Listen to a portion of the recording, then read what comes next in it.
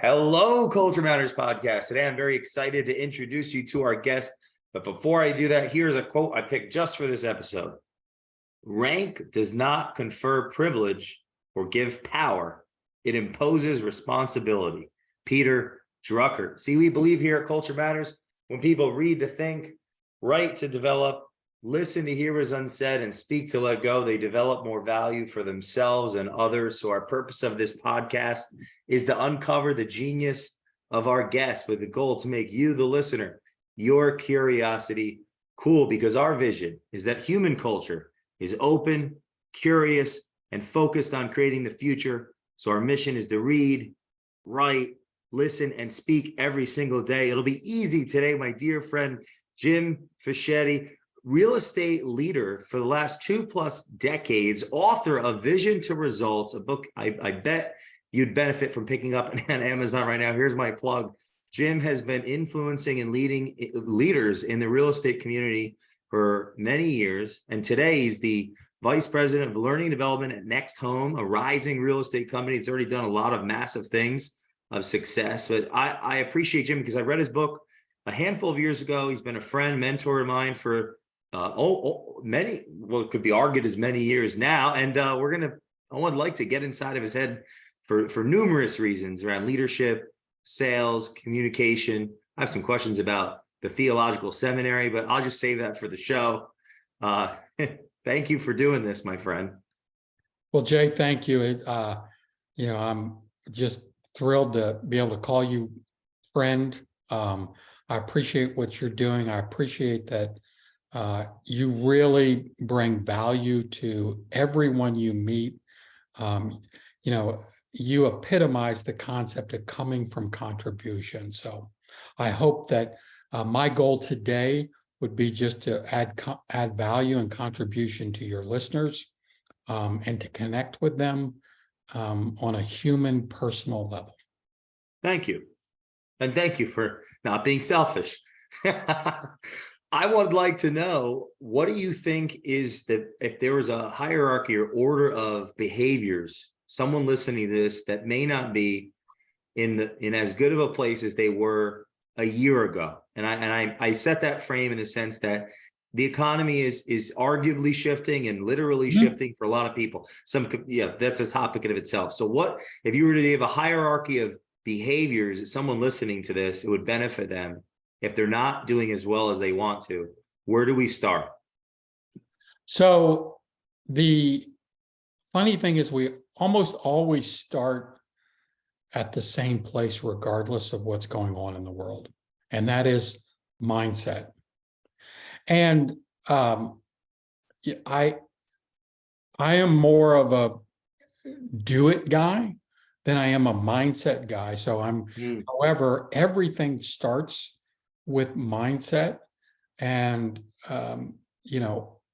the economy. So I remember when COVID first hit, I was encouraging people to realize it's going to be different. That doesn't mean it can't be better. And then the other thing I always want people to do is whenever something starts to change is ask yourself, what am I going to take from this change with me? So when COVID hit, I was not as worried. I was much more prepared in the sense, having gone through the Great Recession, and in real estate, it was a depression, 08, 09. There were certain things I took from that experience that prepared me. And so everything has a gift in it. And you just have to decide, what do I want to take as that gift? And how do I want to be better based on that? So I think a lot of us with COVID recognized, I think a lot of us recognized that our priorities maybe needed to be shifted, maybe the importance of relationships and people. And so there were things we're taking from this experience that are powerful. And just like the economy is different, okay? I remember, when I first got started in real estate, the first house I sold, the buyer had a 14.5% mortgage and was happy. to get it. So I know what inflation is like.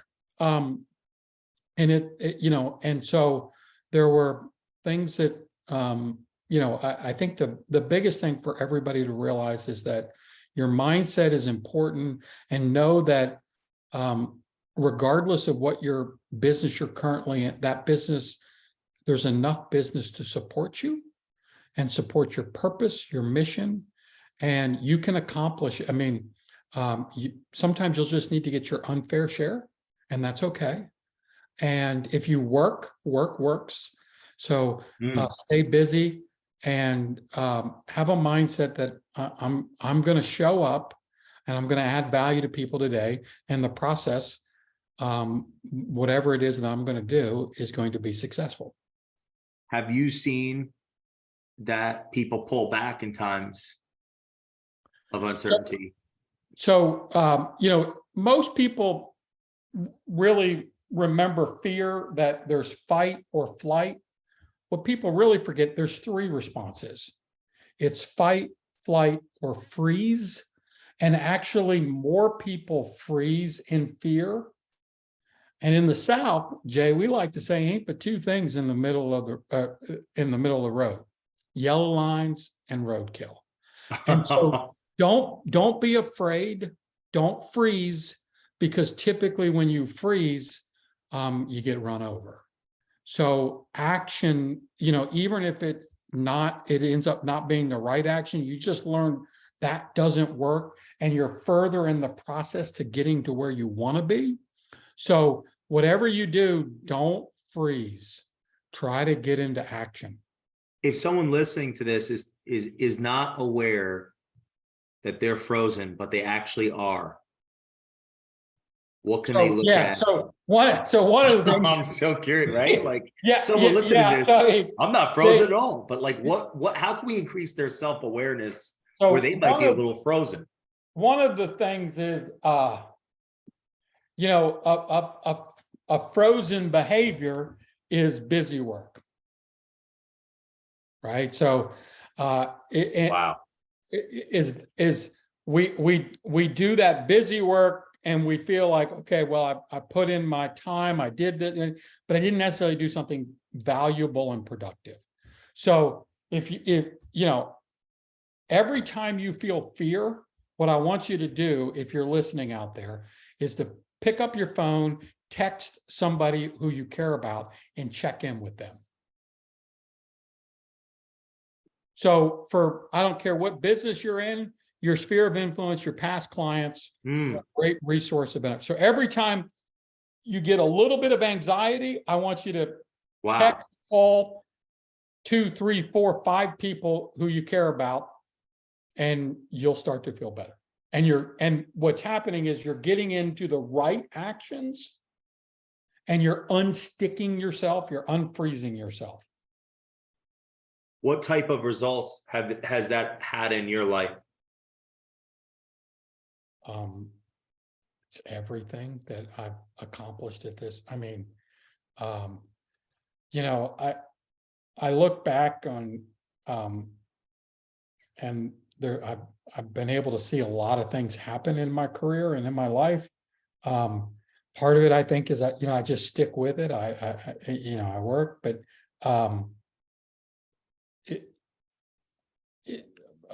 being willing to take action is so important. And people, I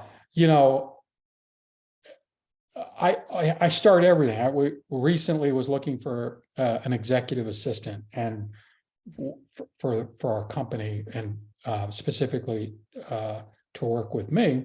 And so, corporate structure has a, Indeed, add this, that. And I said, man, we're not going to start that way. The first thing I'm going to do is I'm going to start contacting the people in my sphere of influence and say, hey, here's what I'm looking for. Who do you know? And, and even in today's economy, where it's really tough to find people, I had 5 really good referral applicants from people I care about. So, and literally the first person I got was the person we ended up hiring. But so we already know enough people to accomplish everything we want. So Jay, do you know the President of the United States?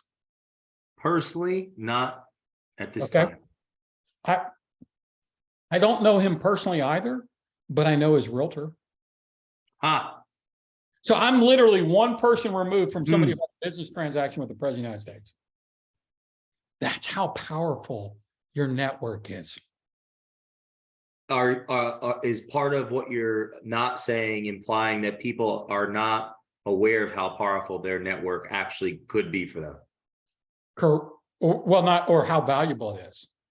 So like, let's say, how do I start filtering my network to really get an understanding that maybe, Jim, he's this big success. He has the president one away. What about me? Where I'm listening to this, I'm thinking, oh, well, he's just awesome. So here's the cool thing. Now there are two people away from the president. Me specifically, right, you're saying. Right? Yeah. So that's the power of the network. I'm two away. So now you're three away. Beautiful. By the way, I appreciate that intro. Right. So, and then the other That's another conversation. Right. But so here's the other thing I want you to think about. How many of us have ever gone to the dentist? And when we get there, there's a new dentist. There's what? I'm sorry, I was thinking. There's a brand new dentist. Oh, okay. Right? So I'm sure many of your listeners, that's happened. The dentist they were going to, they didn't switch, but the dentist ended up what? Selling his practice to a new dentist. Okay. What did the dentist actually sell? Help us out. Us. His client base. So what happens is literally business can monetize their sphere of influence. I recently helped an agent friend of mine sell her database to another agent, and it was a 7-figure transaction. So what happens is we don't understand. If we really understood the value of the people in our lives, we would pay a lot more attention to it. You think, is there also an opportunity for someone to self-reflect if, let's say, they send people messages, like, what are your thoughts on this? And they don't get responses, or they get F you, meaning, so like, like, what are your thoughts on that? Someone listening to this takes your advice and they're getting, because now we're getting to more of a leadership conversation. I want to pick your brain. So someone listening to this says, that all makes a lot of logical sense. And so they text their whole database, people they perceive to really care about, and then they get F you, and then they get silence. And I'm talking about people that they feel were really close to them, right? So what does that say? My first question is, what does that say about the person listening to this that texts people that they believe are close to them? All right, so two things. One, regardless of what industry you may be in, you're going to have people in your database who you have. So I look at the world is, I always look at it as a perspective. There are the people I haven't met yet. And that's a pretty big group of people, right? But then, and then there are people I've met, right? So Jay, you and I met at one time. We went from I've never met you to you and I met. And then actually we built a relationship where we had influence with each other. So you go from not met to meet, and then there's people influence. And then what happens is I'm a raving fan of yours. I appreciate what you're doing. You're kind enough to have me on here, so you appreciate what I'm doing. Yeah. So the relationship goes up and deeper. And so what I'm talking about is the people who you have a genuine relationship with and influence with. So these are the people these are not just somebody you met, it's an acquaintance. Helpful. Or somebody who's contacted you about your services and you've held on to their information. Not to say that you wouldn't connect with them, but those aren't the people I'm talking about. These are the people that you genuinely, so Jay, you and I have texted me, where I've texted you and said, I'm just checking on you, right? Yeah, we have an actual relationship beyond what it could look like Correct. based on And, this video it's interaction. genuinely care, right? And what I would say is I've also had to do this many times. So if you're listening and you haven't been doing this, Jay, I've had to call people and say, hey, Jay, I kind of want to apologize. There's been a lot of times when you came to mind and I said, well, I'm going to touch base with him, but I didn't. And today, when you came to mind, I promised myself I wouldn't let this be one of those times. And so I'm just checking in on you. Because I've also lived long enough that people have come to my mind who I didn't check in with immediately, who now are no longer here. Wow. Okay. So I want to be, every time somebody pops into my mind, reach out, and I'm working on being consistent in that. But there's value in our relationships. People matter, right? Yeah. And if you don't believe people matter, well, there's probably, that's the first thing we got to help you on, is that nothing really matters in life except for people. And building those relationships are critical. Yeah, this brings up the emotion to think that if someone messages people that they feel they're close to and then doesn't get heartwarming responses, maybe they don't actually value people as much as they think they do. Well, so like what are your thoughts on that? Yeah, so here's what I'd say is, when you ask yourself about your sphere of influence in your database, so the thing that I always want to drive in my mind is, I want to say, I want to add such value to those people that if they got removed from my database, they'd be pissed off. And so, I mean, if you think about all the different, so by the way, every one of us, all the listeners, they're in a bunch of databases. We're on lists of different companies and there are many of them, if we got dropped and we've unsubscribed, but if they dropped us, we still wouldn't be upset. I can't think of many places that if I got dropped, that I'd be upset that I'm no longer in that. So now, if you no longer wanted to communicate with me, you've added value to me, so that at times that I would be hurt and frustrated that I wasn't in that matter. And so that's the level of connection, commitment, and service, and coming from contribution that we should have, is that people say, you know what, I'm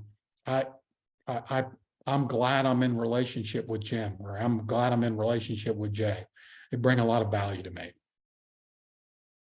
Is how much does the economy have to do?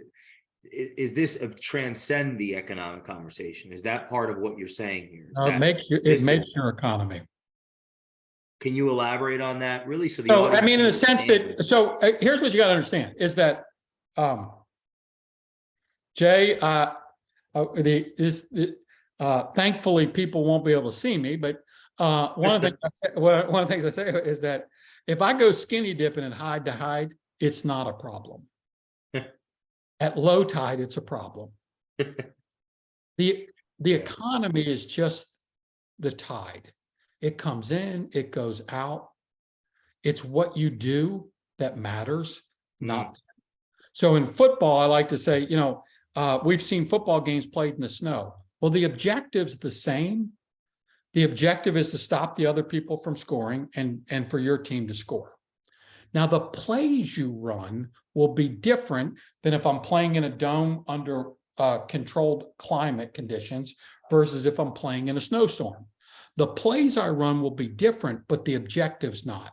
The economy is just like weather conditions. It's going to change maybe some of the tactical strategies we use, but the overall objectives will be the same. And that is to bring value to people and to offer value, whatever service you're providing, that you provide an incredible service and an incredible value, and people will still support you. Case in point, I have a neighbor, that people thought that Uber would do away with, limo services, right? Well, my neighbor, his business is stronger than it has ever been because he adds value. He provides a great value for his service, and he's got loyal customers, and so his business is fine. It doesn't matter, that the world can't put you out of business if you provide value to people. Period. What is your take on the importance or not, or general, of how values, like a company's values, share this human conversation? So, well, let me say this. It's really important, but it needs to be really important for the company. Too many companies, it's just words on a wall, right? So I always, whereas, you and I know each other, culture matters, that it matters to you. Okay. It's in your DNA. It's in the fabric of everything you do. It's not simply a cutesy saying. It's not something to attract people. It does attract people because it's who you are and who you believe you are, and it's what's important to you. So, Bombas socks, right? They originally just sold socks, and the reason they sold socks, do you remember the reason they sold socks? I don't know. What was it? So what happened was the number one most requested item at a homeless shelter are socks. Wow. So these guys built a company so that they could provide socks to homeless shelters. They sell a pair and then they donate a pair. They've gone on to add underwear and t-shirts, but to show you how real that is, maybe a year or so ago, my wife and I were out shopping, and I noticed a guy, he's in between the aisles, and he was getting ready to 5-finger discount something. Oh, wow. He saw me, he was embarrassed. I went over, brother, there's nothing to worry about. And he said, and I could tell he was homeless, and he admitted he was homeless. And only thing he had that he was trying to put in his pocket were a pair of socks. Wow. And it hit me. And I said to him, I said, I got you, but you want anything else? He said, no, literally all I want is socks for my feet. I was able to get the man a pay for a pair of socks, and I got him a couple pair, but he didn't want anything else, Jay. And that's when I realized, that these guys really, when they started Bombas, they understood that. They knew that was a real thing. And it really anchored. And so I now own a lot more Bombas socks than I did before that, because I realized that really is a real thing. Tom Shoes did the buy a pair, give it to people, I believe in Africa. But someone's listening to this and says to themselves, I have values, or I care about, how could they come to the realization? Like, how would they know if they didn't, if it was just on the wall? Like, what are the clear signs that the company, as you said, it's really important, but I'm sorry, I wrote it on my scribble. I was writing and I scribbled around. You said it's really important, but the company needs to recognize that it's really important. So how do we know if the company doesn't really truly recognize that it's important? So, for instance, Jay, tell me the value and the mission of Culture Matters. Like I say each episode, we believe that when people read to think, write to develop, listen to hear what is unsaid, and speak to let go, they develop more value for themselves and others. And I'm trying to embody that with the Right. interviews. I'm trying to listen. I'm trying Right. to And demonstrate that. so what I say is then I go back to the person, you illuminated that great. And I'd say, so tell me about the last time you saw that in action inside your organization. And if the person is unable to give an answer, what would that infer? What would that demonstrate? Is that a No, I would say, breakdown so between the leader and the? I would just say, and as a guy who's been in leadership roles for me, I would say, that's interesting. Now, I believe you were pretty passionate about describing what was important to you. Curious, why do you think you couldn't come up with an example of how that showed up? So,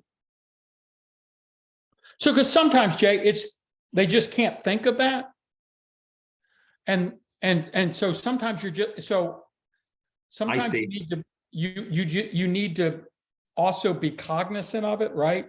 Your reticular activator, so that if you're looking for opportunities of where it shows up, and then to mark that down. And I can give some clarity to this. Just it might be helpful to the audience as far as like those that we've had an opportunity to serve.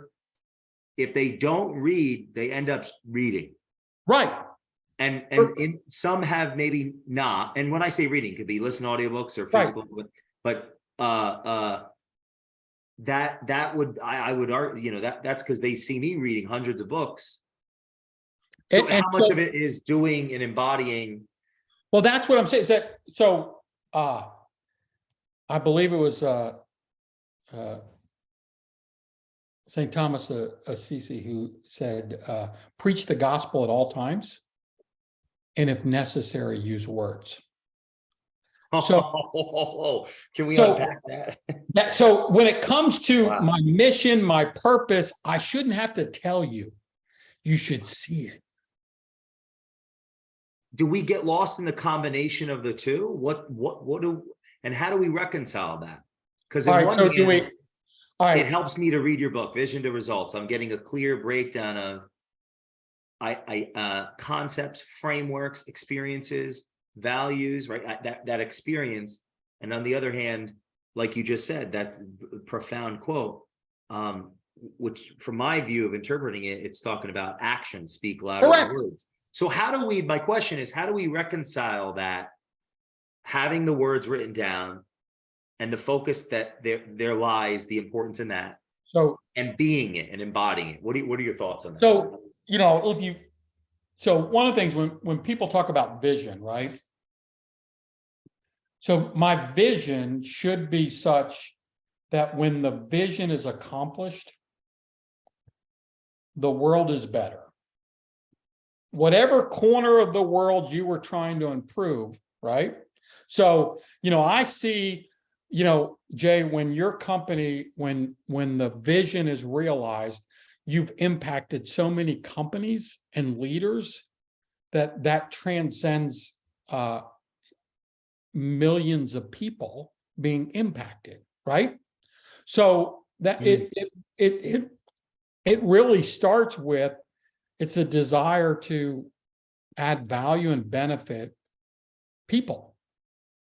And so if you're not passionate about that, so for instance, years ago, 20 plus years ago, the amphitheater in Raleigh, they used to have a called Big Ticket.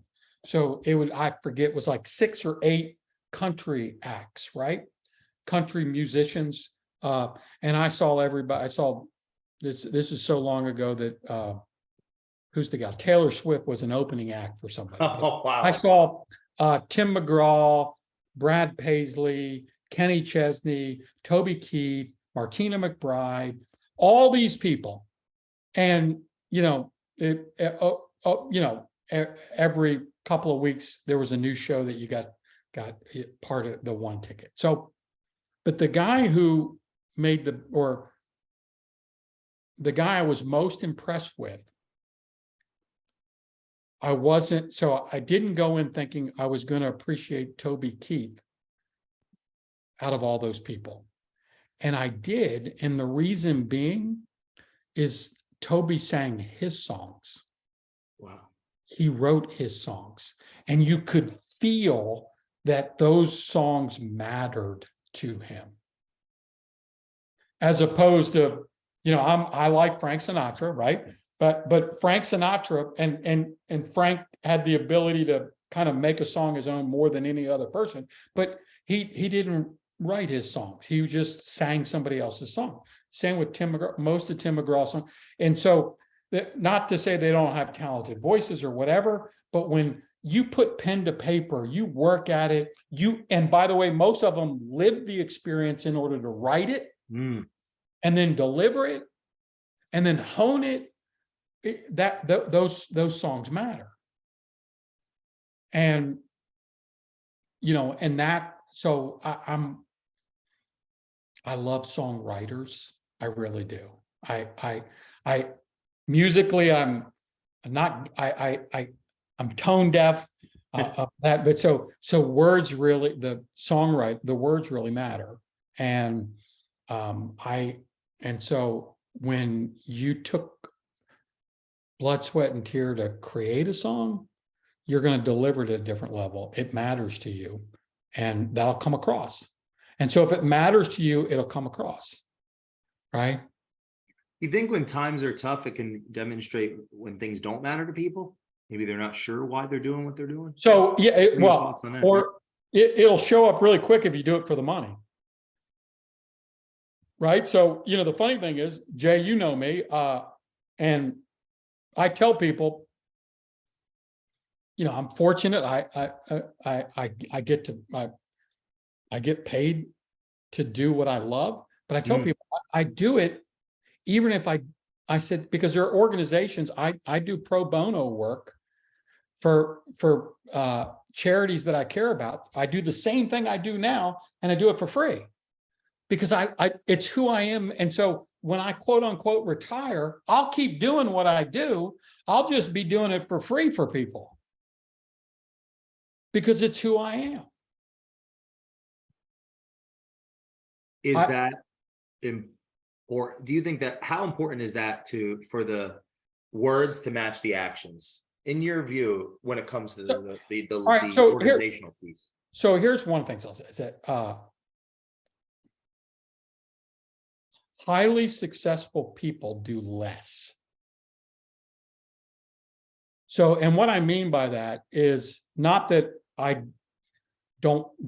highly successful people don't work, but if I look back, over 30 years ago when I started in real estate sales or whatever, over time, my work, the breadth of my work narrows. The more singularly focused you are, the more successful you'll be. And so so if you've got some people that are early, you're figuring out what you like, what you don't, and that's okay. So for instance, if you'd asked me 20 years ago what my mission and purpose was, I'd have told you it was to impact people's lives for positive change. Now, you know me, and you would say, yeah, that sounds like Jimmy, right? Absolutely. And then I realized, you know what? I'm better with achievers. So then it became, and I wanted people to take action. So impacting achievers so they could take action to live the lives of their dreams. And then over time, I realized, it's not enough that somebody just be an achiever. So today, if you ask me, it's to develop leaders so they can change their community and ultimately the world. So for me, leadership really matters, and pouring into leaders matters.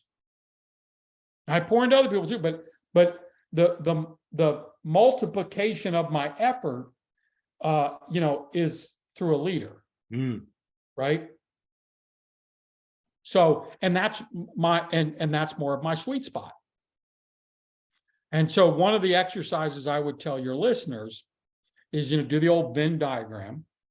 And so in the one circle, put what you're passionate about. In the other circle, what you're good at, what you're talented at. And then the third circle is what do you like to do?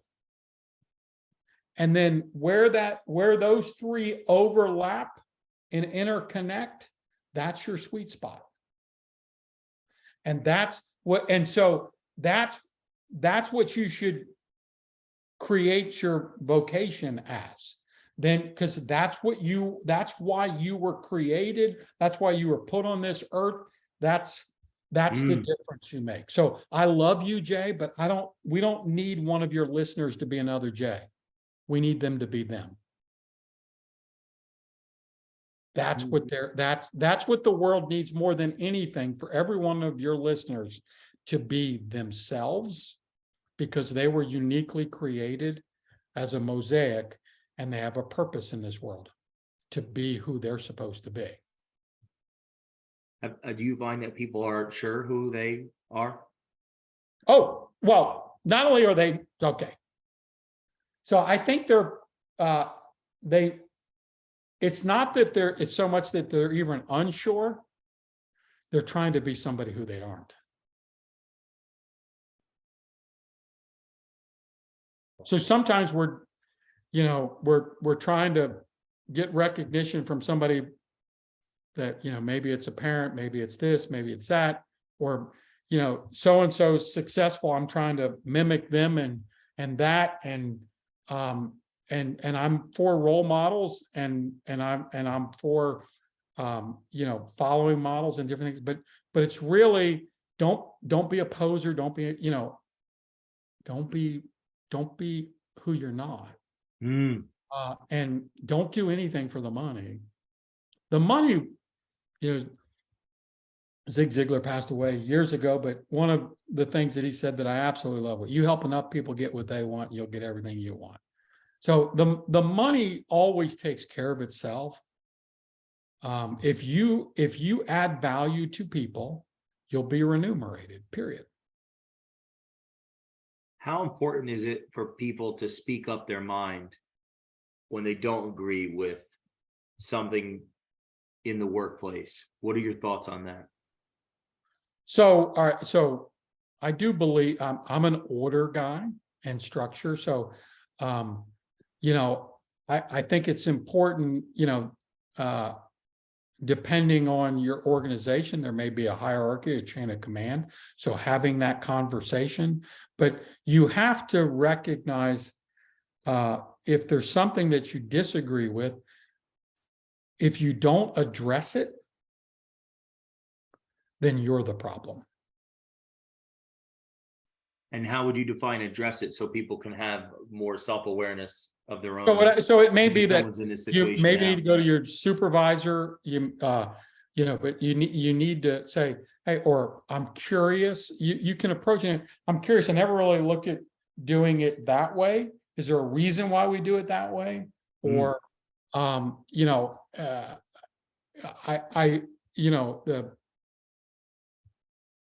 let's be clear that there's a difference between, practically doing something and something that you believe is morally or ethically wrong. And then you have to live with your honor code when it comes to that. But, and even that, you still have you're there for a reason, and you can speak up about that issue and say, hey, this is real, this value system is really important to me, and I'm wondering why we're doing this or what have you. But I do think you need to be in alignment with who you say you are, right? And so you would want your organization. The CEO of NextHome Incorporated, James Lee, he taught me a great process of when you're looking at people you're going to be in business with, ask yourself this simple question. Is this somebody that I'd want to have dinner with on Friday night? People matter, and so if you're going to be in business with people in relationship, you've got to be able to want to have a relationship with them. You think it's even more important in today with as the world evolves? Because you've been experienced for some time as the ecosystem I don't think unraveled itself. I think what happens is, so when the economy is shifting like it is, when you see markets shift, it exposes mistakes. That's so good. It's always been important. It's just that, when there's a boom economy, there's two things happen. One, the boom economy covers your mistakes. The second thing that happens is you think that your new TikTok video was this great activity, when in reality, it was the strength of the economy, not that little crazy little thing you just created. It confuses you into thinking that was the reason. Many of us, the market has made us, and so now we're going to have to make our own market in this current market. What is the reason that people were happy? I want to go right to the beginning, because this is with a 14% interest rate when you were helping people first of all, homes. So the truth of the matter is, the people wanted a home for their family. So at the end of the day, people still want that?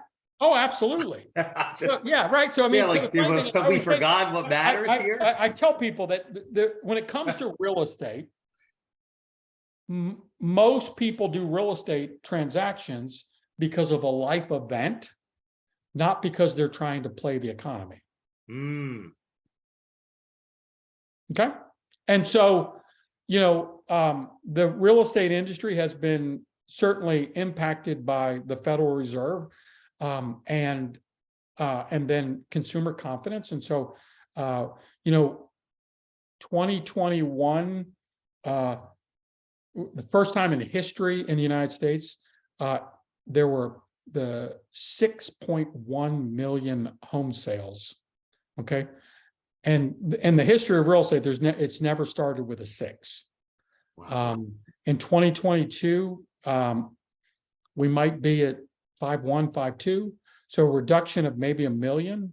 Next year, it might be 4.8. Well, the truth of the matter is, historically, it's around the 5.2 number. Okay.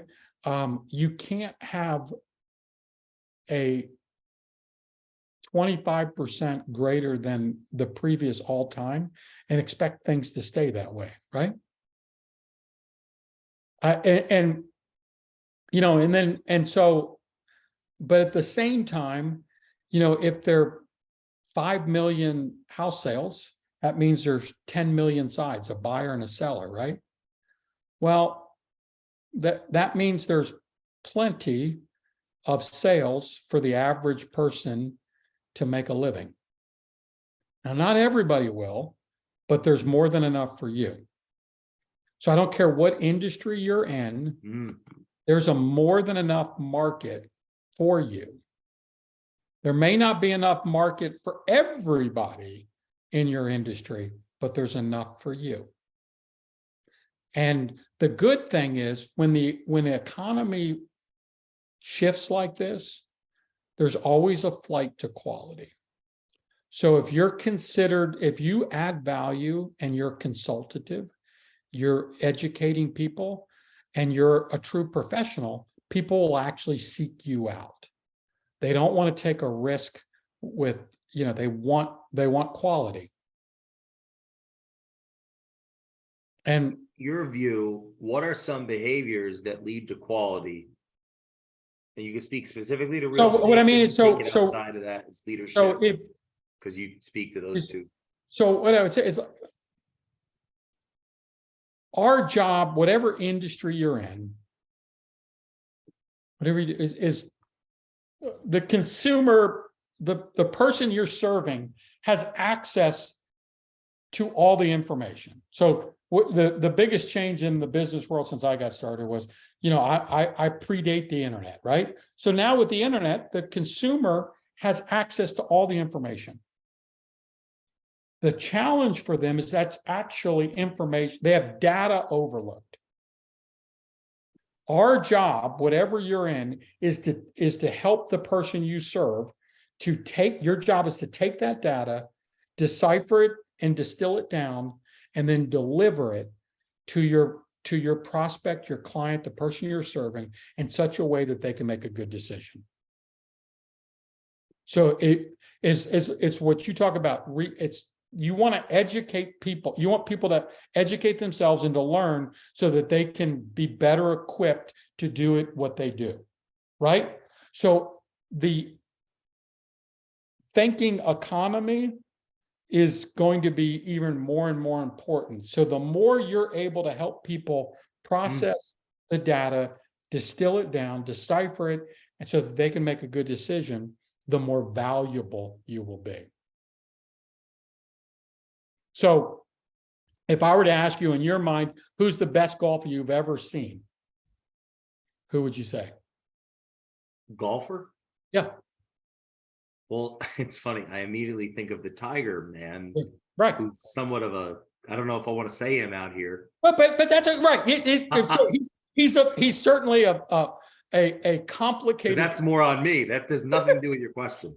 Right. But yeah, first thing I think of is Tiger Woods, but yeah. Okay, and there's nothing wrong with that. So I mean, Phil Mickelson. Yeah, but the point is, both of those guys have coaches. They have people who would dissect their swing and look at. So here's arguably the greatest golfer, as you said, Tiger, and yet he's willing to pay somebody to help him with his swing. And I bet you and me could look it up. We get the audience. I bet he never had a marriage coach.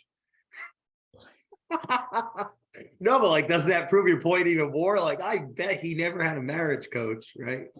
Because then he might have. I mean, that's just a random. Right. I mean, no, yeah. I mean, that's what I say. I mean, as I say, he's a complicated figure, no question. No, but like, he's the best in the world because he had a coach. Is your point, right? Like, right.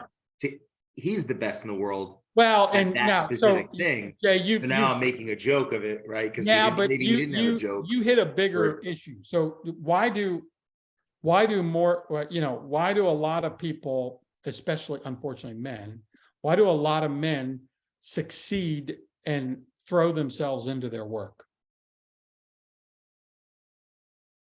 Why do they succeed and throw themselves into work? What do you think? Because it's easier. Relationships are hard.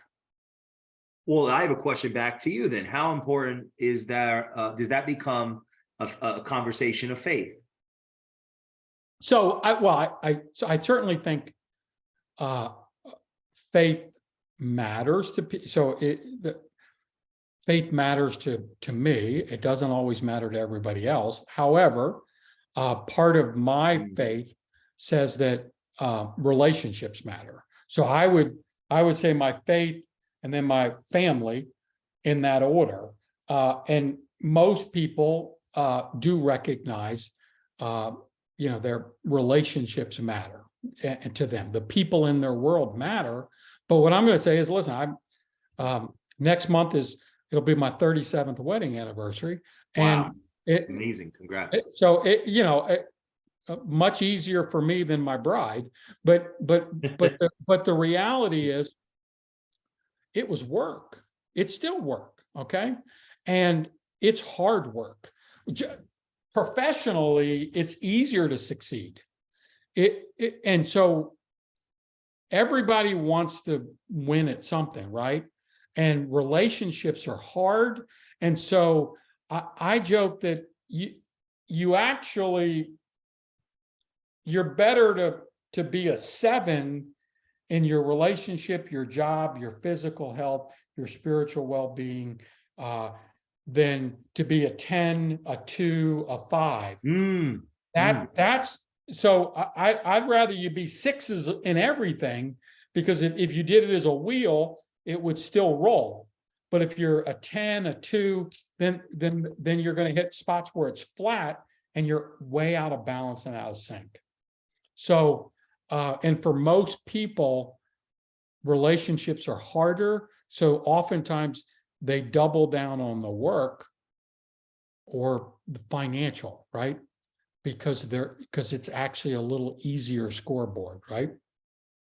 And then you What say, have you well, seen to be the long-term consequences of that? And I asked from the sense of you've been around so many high achievers and you've been able to almost, so much a breadth of experience seeing the cultures unfold themselves. so It's like having the opportunity for audience to have sage all right, insights so from their future self, maybe. so it's an example of I'm grateful, but I'm also frustrated at myself. We were doing a family exercise years ago. My children were in their teens. I couldn't tell you exactly, but we were just doing an exercise. My wife, my son, and my daughter and I, and it was what's important to you. And we were going around, and I was the last person, and my son stopped and said, "Dad, you don't need to tell me what's important to you. I know what's important to you." I said, "That's interesting. What do you think it is?"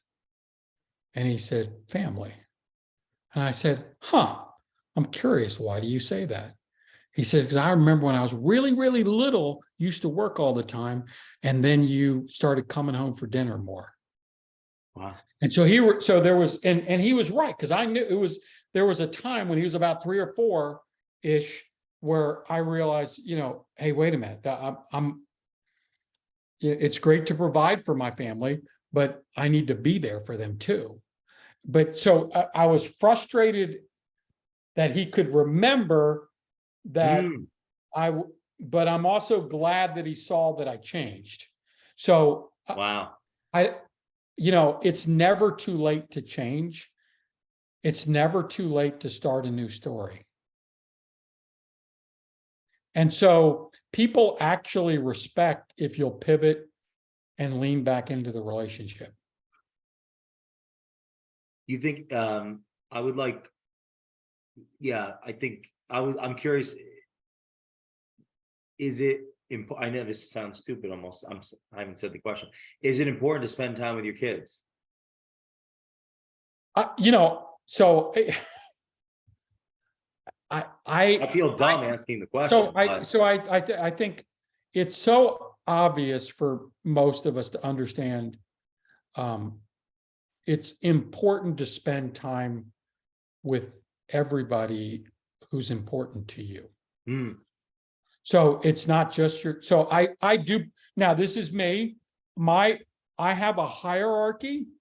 And so I said it's faith, family. Well, even within my family, my relationship with my spouse is actually slightly hierarchical, more important than my relationship with my children. And part of that is because as their dad, I was also role modeling to my daughter what to look for in a husband. I was role modeling to my son how to behave as a husband. And so likewise, my wife, that relationship, she was doing the same thing. And so that first, the first role of parenting is the marriage relationship. That's for me. Yeah, I mean, I would just want to say it's hard to argue that, even a strong man case, but that's my opinion. I would like to pick your brain 2 more hours on this alone. We'll have to invite you for another episode of the Culture Matters podcast, Child Rearing and Marriage Counseling 101. Jim, well, so here's what I will tell you. So when it comes to marriage, seriously, I got more questions. This is amazing. All right. So here's what I will tell you. Who matters? So in the sense that, Jill is fantastic.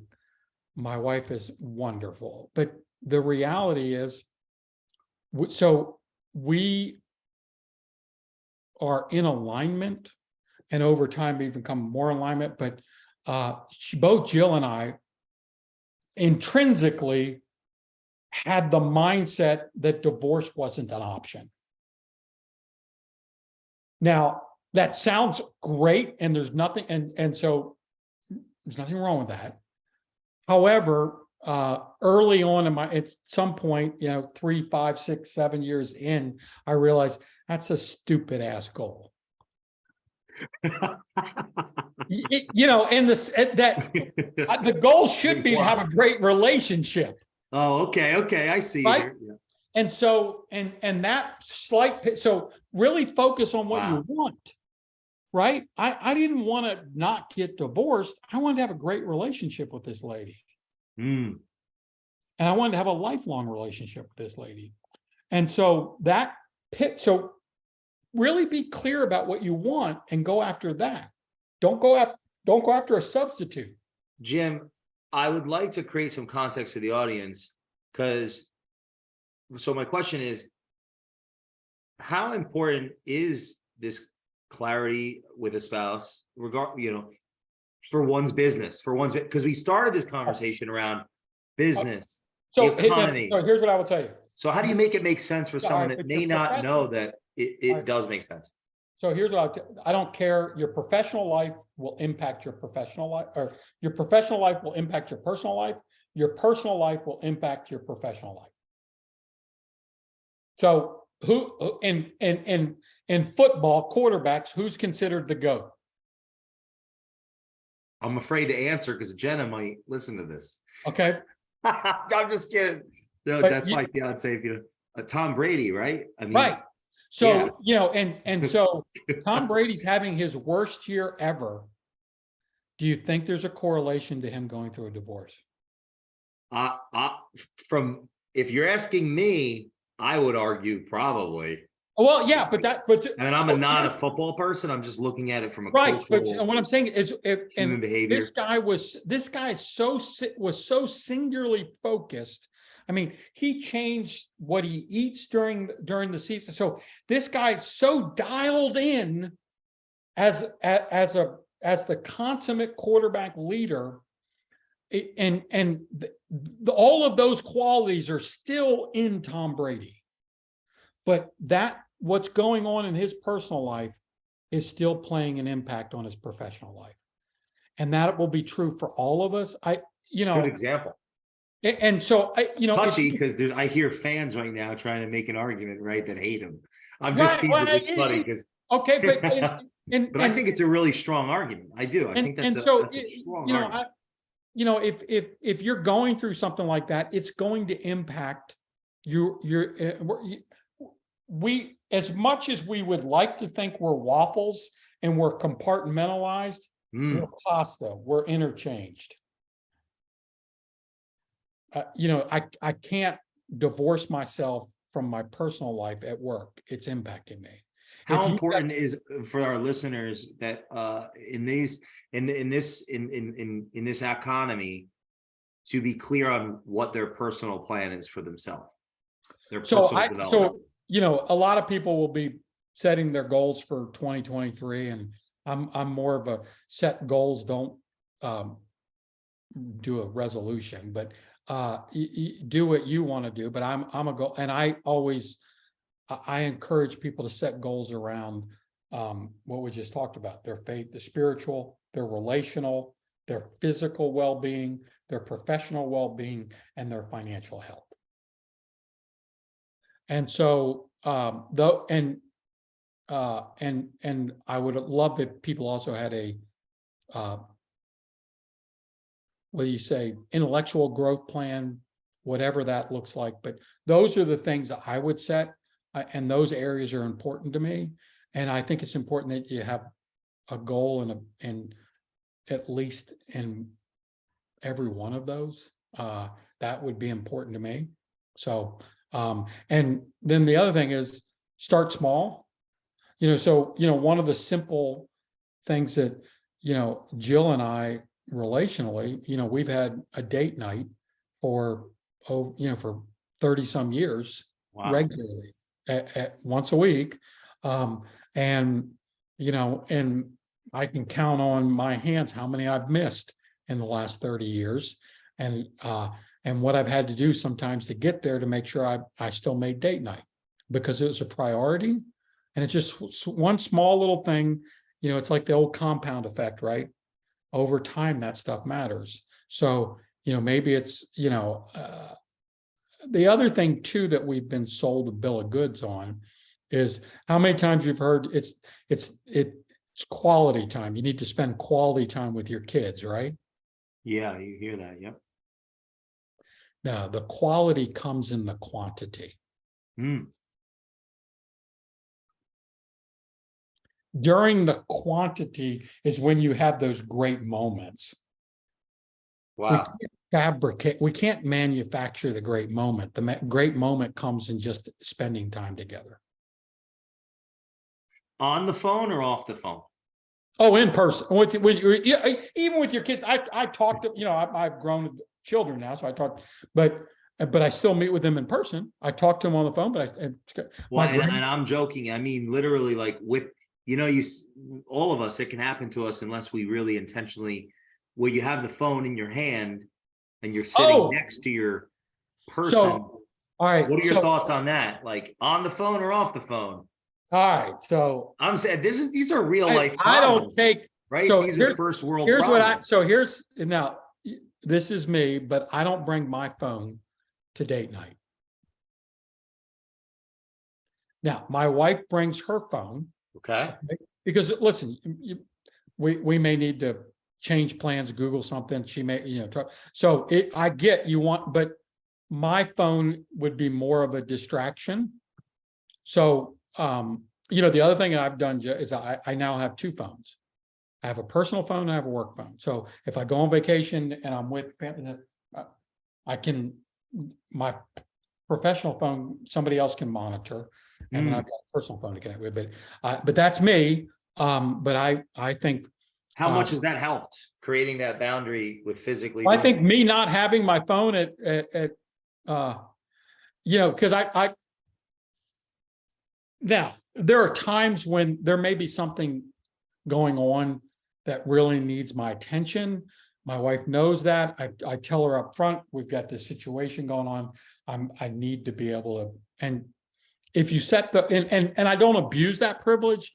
I don't, it's not something that happens every week at date night. So I've got enough brownie points that I can use that when I need to, but I'm very judicious about that. And so I do occasionally, but I think that, I'm constantly amazed. I mean, you're at dinner and you're looking at this couple and they're on their phones and I'm like, really?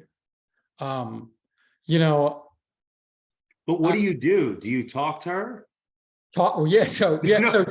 So let me. I want to try to take the mind of the millennial, the Generation Z, or maybe even the other generations, that the X's, that the boomers, they've forgotten these things. So like, I'm just serious. Do you talk to her? What does that even mean? How do you do that? So here's what I'll tell you, is that's poppycock. In the sense of, like we talk about the millennials and this and that, but it's who we are as people. We crave interaction with people. The proof of that is early on during COVID, right? So 6 months, I don't know, I've got two granddaughters. So it was my youngest, Catherine, who is 6. So she was 4 years old at the time. Right. And she says to her mother, they call me Papa Jay. She says, I want to see Papa Jay. And her mother, my daughter, says to her, we can Skype, right? FaceTime, right? And instinctively, the 4-year-old, because there's been several months where we haven't physically gotten together, right? Because of the COVID and health restrictions. And the 4-year-old instinctively says, no, I want to see him. Wow. They want the interpersonal they want to be together, right? So I believe humans were not designed to only connect through a digital experience.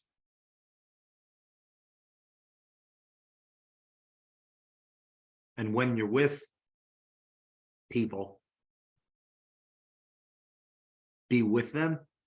So I would say be present. I don't care where. So if you're at work, be at work. Don't be shopping. Don't be doing this. Focus. Do that. When you're with, so we're doing this shortly after Thanksgiving. I had the pleasure of spending time with my family. I'm all in.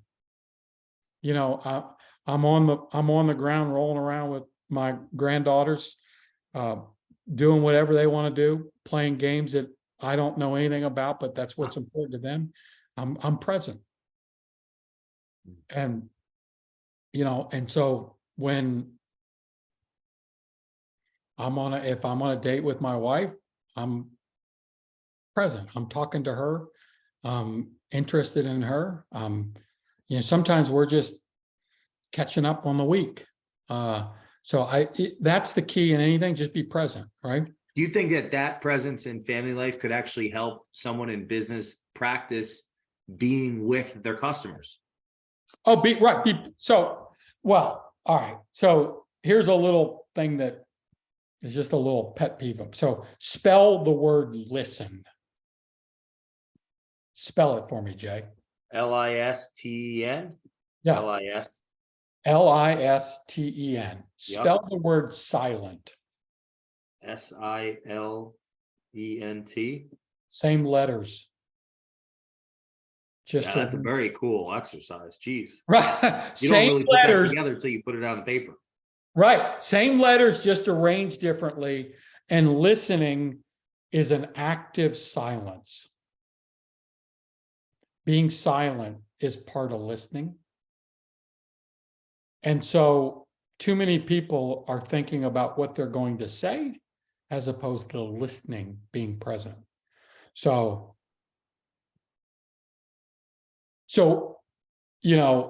who's probably the most famous podcaster today?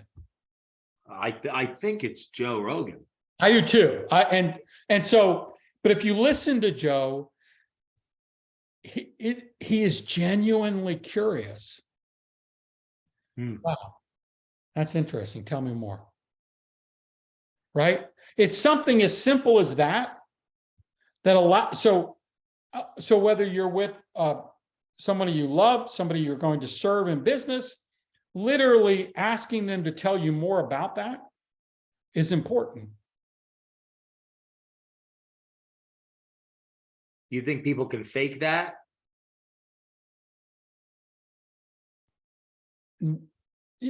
Do I think that some people will practice some techniques? Yes. But over time, can you fake it? Well, first of all, the humans are amazing. The capacity they have to do is just phenomenal. But at the end of the day, it's very difficult to live a fully fake life without people noticing it, right?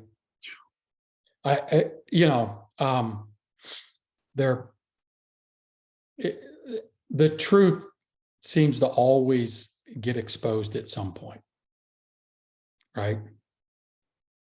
I mean, if you look through history, whether you can talk about, preachers who got caught doing stuff, or business people who were being, Bernie Madoff. So, you can run a system for a long time, but eventually the truth usually is found out. And so, one of the things I say is, I'm not real bright. That's why I'm honest. I don't understand these people, because this way I may not be accurate, but if I tell you the truth, I don't have to worry about what I told you.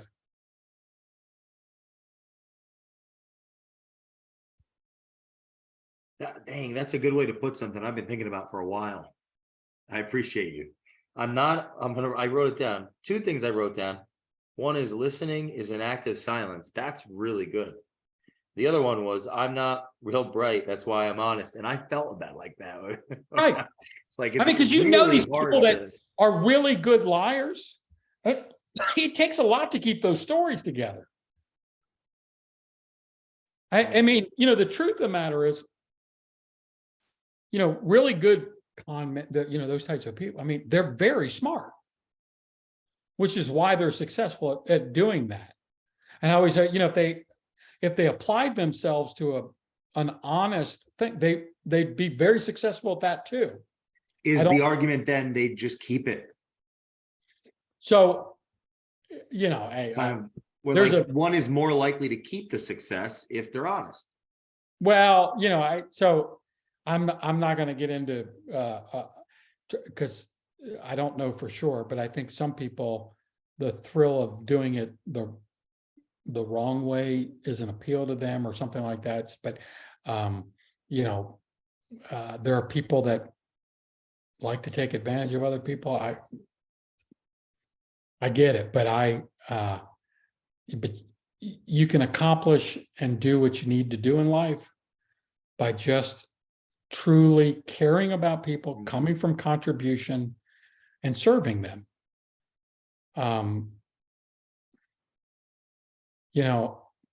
That's really, at the end of the day, we're rewarded for the amount of people we serve.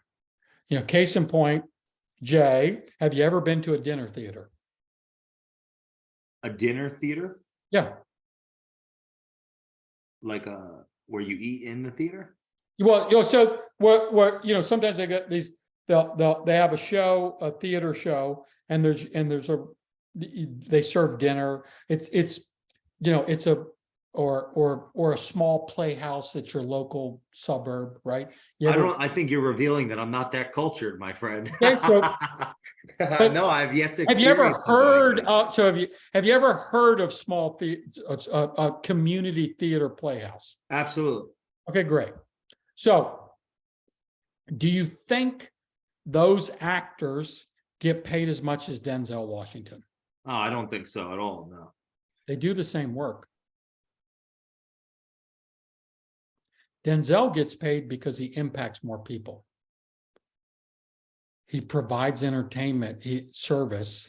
That's the service he provides, entertainment, to a larger group. The more people you serve, the more you'll be rewarded. That dinner theater, they only have a few people show up. So their reward is smaller than Denzel's. You want to earn more, serve more.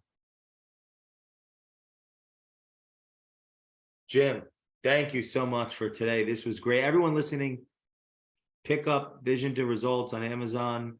Follow Jim. Jim, you have one last adage for us before we pop off here? Work works. Yeah, you got me again. Thank you so much. And Appreciate you, brother. Have a great day. We will see you all in the next episode of the Culture Matters podcast.